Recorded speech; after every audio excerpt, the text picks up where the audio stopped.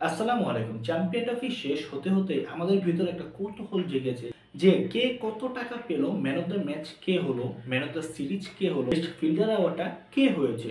হ্যাঁ, চলুন আমাদের এই ভিডিওতেই জেনে আসি কে কত টাকা পেল এবং বেস্ট খেলোয়াড় কে হয়েছে।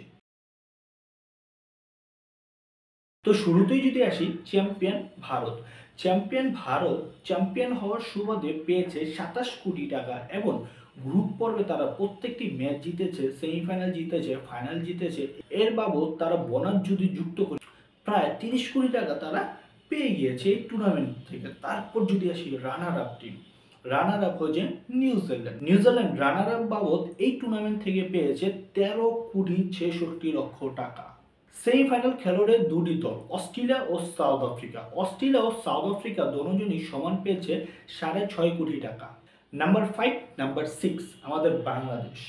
বাংলাদেশ ও আফগানিস্তান এই টুর্নামেন্ট থেকে পেয়েছে 4.5 কোটি টাকা এবং নাম্বার 7 ও নাম্বার 8 হয়েছে পাকিস্তান ও ইংল্যান্ড। তারাও এই টুর্নামেন্ট থেকে পেয়ে গিয়েছেন 3.5 কোটি টাকা করে। অনেক তো জানেন প্রত্যেকটা দল কত টাকা পেল। এবার চলুন শুরু করা যাক এই চ্যাম্পিয়ন ট্রফির ম্যান অফ দ্য ফাইনাল কে, ম্যান অফ দ্য সিরিজ কে হয়েছে। ম্যান অফ দ্য ফাইনালের কথা যদি বলি, হয়েছে ভারতের ক্যাপ্টেন রোহিত শর্মা। ফাইনাল ম্যাচে দুর্দান্ত স্টার্ট করেছিলেন রোহিত শর্মা, যার সুবাদে ভারতীয় জয়টা সহজ হয়ে গিয়েছিল।